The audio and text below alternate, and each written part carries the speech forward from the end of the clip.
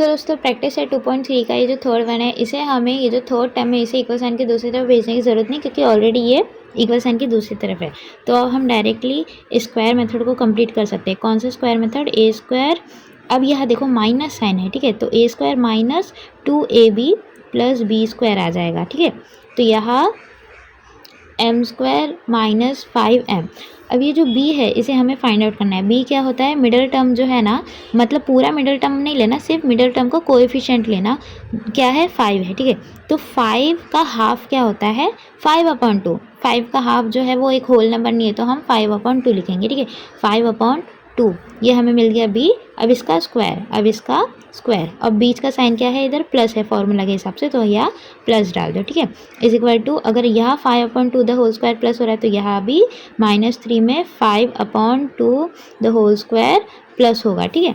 M square minus 5m plus 5/2 का हमें whole square यहाँ फाइंड आउट करना है। 5 का स्क्वायर क्या होता है? 5 5 25/2 का स्क्वायर क्या होता है? 2 2 4। तो यहाँ दोस्तों ज़्यादातर लोग क्या गलती करते हैं? 5 का स्क्वायर निकाल देंगे, 2 ऐसे ही लिख देंगे। तो हमें 2 का भी स्क्वायर निकालना है, तो 2 2 4 होता है। इज इक्वल टू -3 प्लस 5 का स्क्वायर 25, 2 का स्क्वायर 4, ठीक है। तो अब हमें क्या करना है? ये जो एक्सपांडेड फॉर्म है ये फॉर्मूले का, इसे हमें अब बेसिक फॉर्मूले में लिखना है, ठीक है। मतलब इसे छोटा कर दो। क्या है छोटा फॉर्म इसका?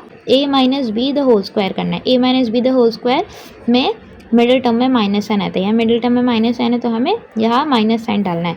तो m माइनस b क्या है? यहाँ 5/2, ठीक है। 25/4 तो b स्क्वायर है, हमें b लिखना है, तो b क्या है? 5/2 है, तो 5/2। अब इसका होल स्क्वायर लिखो।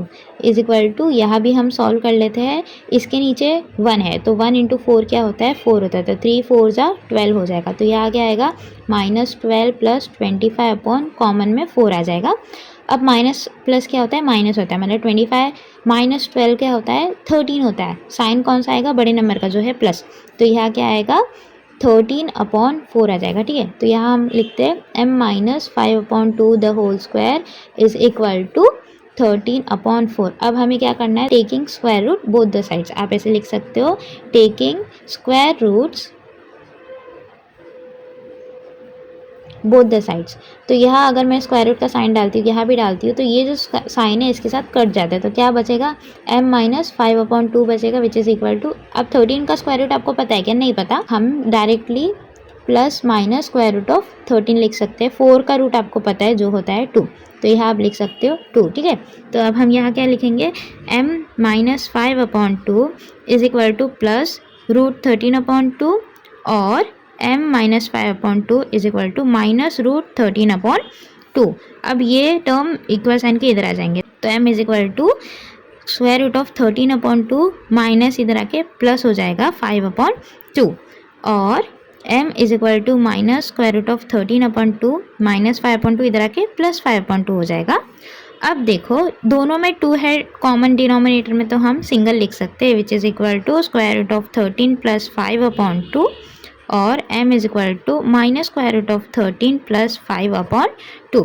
तो हमें दो हमारे रूट्स मिल गए, वो क्या है? Square root of 13 plus 5/2 and minus square root of 13 plus 5/2 are the roots of the equation या of the quadratic equation।